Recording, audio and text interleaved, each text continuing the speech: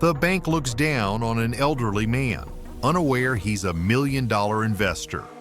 The bank lobby hummed with activity. Wealthy clients in designer suits were ushered into plush offices, while others were greeted with rehearsed smiles. Then an older man in a simple coat walked in.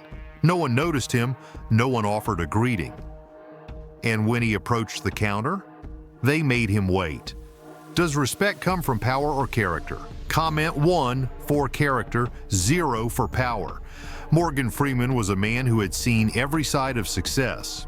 He had walked red carpets, signed million-dollar contracts, and dined with world leaders.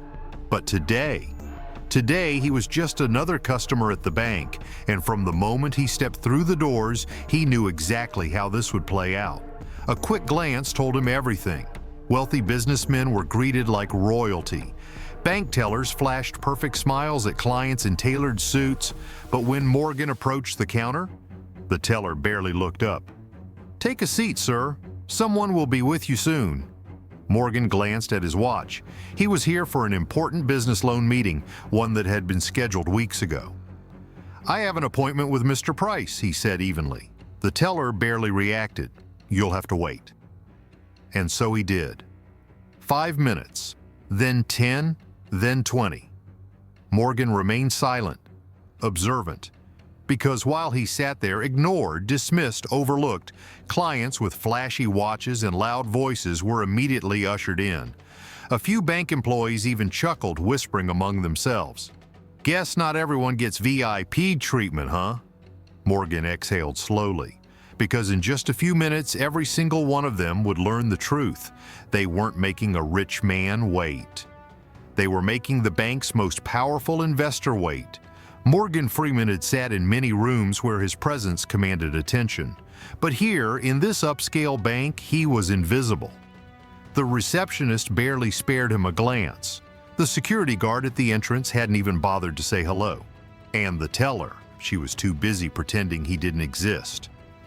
Morgan glanced at his watch. 10 a.m. The exact time of his appointment with Samuel Price, the bank's senior loan officer.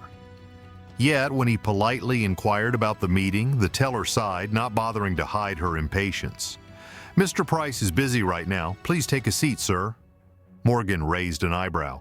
"I had a scheduled meeting. Is he running late?" The teller shrugged. "I wouldn't know. Just wait until you're called." No explanation, no apology, just dismissal. Morgan nodded, keeping his composure, and so he sat, and he waited. And as he waited, he watched. Within the next 15 minutes, 3 other clients arrived, each one younger, each one wearing designer suits, expensive watches, the air of wealth clinging to them like expensive cologne, and each one was escorted inside within minutes. Morgan remained where he was, hands folded in his lap, patience unwavering.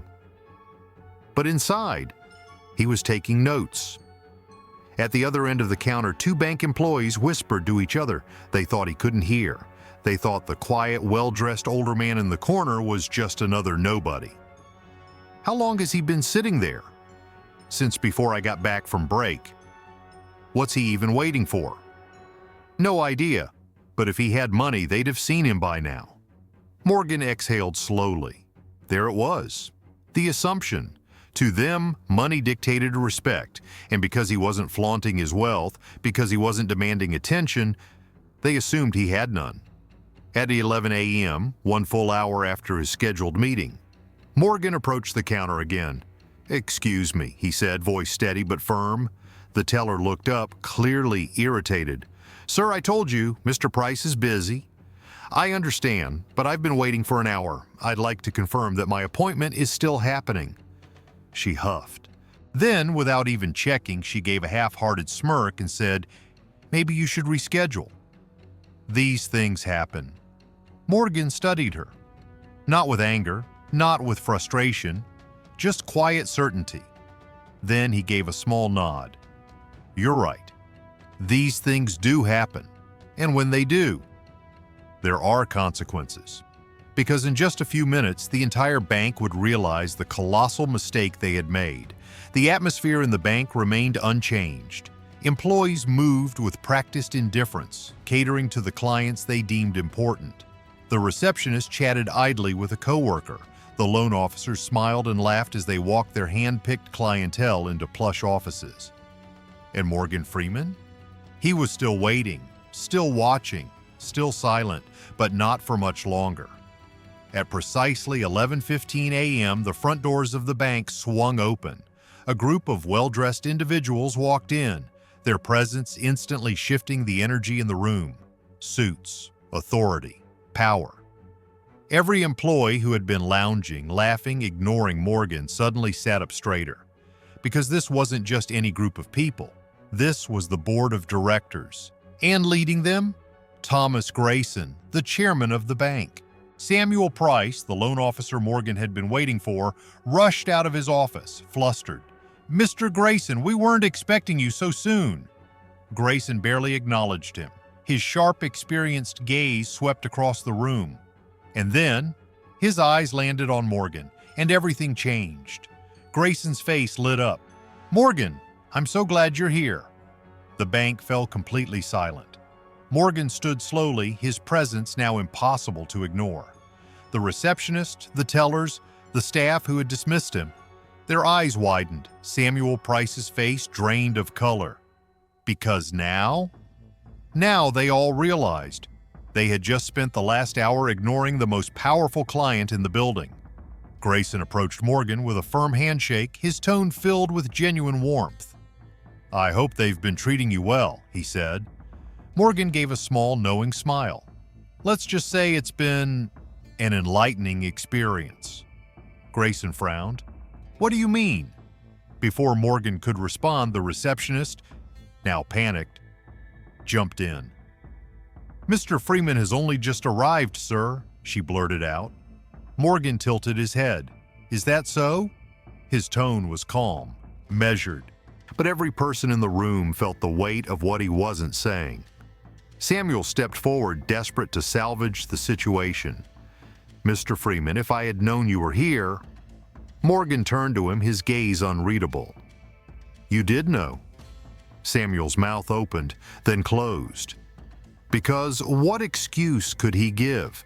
Morgan had been there the whole time, ignored, overlooked, not because he wasn't important, but because they had assumed he wasn't.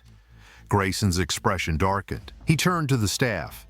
"So let me get this straight. Mr. Freeman, a man who has invested millions into this bank, was forced to wait, while less significant clients were served immediately?" No one answered. Because what could they say? Grayson exhaled sharply. "This is unacceptable." Morgan finally spoke again, his voice quiet but firm. "No worries, Thomas. These things happen." A pause. Then he smiled slightly. "But they won't happen again." Because now? Now, Morgan Freeman wasn't just another customer. He was about to decide who deserved to stay in that bank and who didn't. The atmosphere inside the bank had shifted entirely. Moments ago, Morgan Freeman had been just another invisible customer, dismissed and ignored. Now, he was the center of every whisper, every nervous glance, every panicked thought. And the consequences? They were about to be swift. Grayson turned toward the senior staff members, the very people who had ignored Morgan moments earlier. His voice was firm, carrying the weight of a leader who had zero tolerance for incompetence. "Someone explained to me why one of our most valuable clients was made to wait over an hour." No one spoke. Because what could they say? Morgan had been right there, ignored, overlooked, brushed aside like he was irrelevant. And now? Now they were the ones scrambling for relevance. Samuel Price, the very man who had delayed Morgan's meeting, questioned his worth, and made him wait, stepped forward trying to salvage what little power he had left. "Mr. Grayson, I assure you there was a misunderstanding. If I had known..." Grayson cut him off. "That's the problem, Samuel. You should have known." The room went still. Grayson turned to Morgan. "Morgan, you have my full support. What do you want done about this?" All eyes shifted to him. Morgan took his time. He looked at Samuel, the man who had dismissed him with a smirk not even an hour ago. Then, with a small, knowing smile, he said, "I believe Samuel has shown exactly what kind of leadership he offers. I'd suggest finding someone who values every client, not just the ones who wear designer suits." Grayson nodded. "Effective immediately, Samuel. You are relieved of your position." Samuel's face drained of color. The power he had once held, gone. The other employees watched in horror. They had assumed Morgan was just another nobody. Now, they realized they had made the worst mistake of their careers. And Morgan? He wasn't done yet. Morgan turned back to Grayson. "This isn't just about me. If this is how I was treated, imagine how many other people, customers with real business, real investments, have been turned away." Grayson nodded solemnly. "We need a new system." Morgan's voice was calm, but there was an undeniable authority behind it. "Starting today, 3 things will change." He held up a hand, counting them off. 1. Every client, regardless of their appearance, will be treated with respect. 2. New policies will be implemented to prevent bias in service. 3. Employees who cannot uphold these values, they won't belong here. Grayson turned to his staff. "You heard him. These changes are effective immediately." There was no room for negotiation. Some employees looked relieved. Others, terrified, because now they weren't just being watched, they were being held accountable. Morgan glanced at his watch, then looked at Grayson. "Now, Thomas, do you think we can finally have that meeting?" Grayson chuckled. "Right this way, Morgan." As they walked toward the executive office, the remaining staff stood frozen, watching the man they had ignored, underestimated, and dismissed bargain to completely take control. The changes were in motion, but what happened next? That would determine who stayed and who was next to be removed. The policies were clear. The message had been delivered. Respect would no longer be optional. And yet, even with the weight of Morgan Freeman's presence looming over the bank like an undeniable force, there were still some who believed they could outlast the storm. They were wrong. Not everyone embraced the changes. Some employees whispered behind closed doors, scoffing at the new policies. "This is ridiculous. We've been doing business this way for years." So what if we prioritize certain clients? That's how the world works. Morgan Freeman thinks he can just walk in and tell us how to run things. He'll be gone soon. They thought they were untouchable, that their positions, their tenure, their connections would protect them. What they failed to realize, Morgan wasn't just making suggestions, he was restructuring the very foundation of the bank, and those unwilling to change would soon find themselves on the outside looking in. 1 week after Morgan's changes were announced, the first terminations began. A memo was sent out, short and to the point. "Effective immediately, employees who fail to uphold our commitment to fair and equal service will be dismissed." It wasn't a warning, it was a statement of fact. The first name on the list? Lisa Carter, the receptionist who had ignored Morgan and sent him away like an afterthought. Her dismissal was swift, her protests ignored. "I didn't do anything wrong," she cried.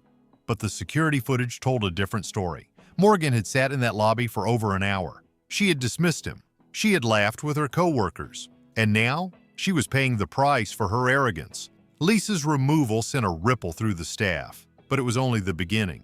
Within days, more names followed. Loan officers who had turned away clients based on appearance. Tellers who played favorites with high-net-worth customers while ignoring others. Managers who had been warned but refused to adapt. One by one, they were escorted out of the building. Some left in silence, faces pale with shock. Others left fuming, muttering under their breath. But none of them had seen it coming. Because for the first time in this bank's history, actions had consequences. And Morgan Freeman wasn't backing down. By the end of the month, the bank had undergone a transformation. The toxic culture that had ruled for years was beginning to crumble. But there were still a handful of employees who thought they could outlast Morgan. Among them, Samuel Price. Despite his public firing, he had been working behind the scenes, pulling strings, calling in favors, trying to get reinstated. trying to prove that Morgan's influence wouldn't last. Then one afternoon, he made a mistake. He returned to the bank unannounced, demanding a meeting with the board. Grayson, the chairman, shook his head. "Samuel, this is over. You don't work here anymore." Samuel's face twisted in frustration. "I built this place. I know how things work." A new voice cut through the room. "No, Samuel." Morgan, standing in the doorway, arms crossed. "You knew how things used to work, but that world doesn't exist anymore." Samuel stared at him, realization sinking in. The old ways were gone, and so was he. Security escorted him out. For the last time, the resistance had failed. But now the real test began. Could this bank truly become something better? The dust had settled. The old ways were gone, dismantled piece by piece. The employees who clung to favoritism, bias, and exclusivity were no longer part of Hudson and Company. And now it was time to rebuild. Not just a bank. A new standard. The first noticeable change wasn't in numbers. It wasn't in profit margins or client acquisitions. It was in how people were treated. For the first time, customers walked in without fear of being judged. The once dismissive tellers now greeted every client with genuine professionalism, regardless of how they looked. Loan officers started evaluating applications based on merit, not assumptions. Even the security staff, once indifferent, now understood their role wasn't just about protecting the building, but protecting the dignity of those who entered it. Morgan had rewritten the rules, and those who remained embraced them. While the culture shift was crucial, the real challenge lay in winning back the clients who had once walked away. Morgan and Grayson worked together to launch an apology initiative. Every former client who had left due to poor treatment received a personal call. Not a scripted message, not a generic offer, a real conversation. Some were skeptical. "Why should I trust this bank again?" they asked. But Morgan's response was always the same. "Because we aren't asking for trust, we're earning it."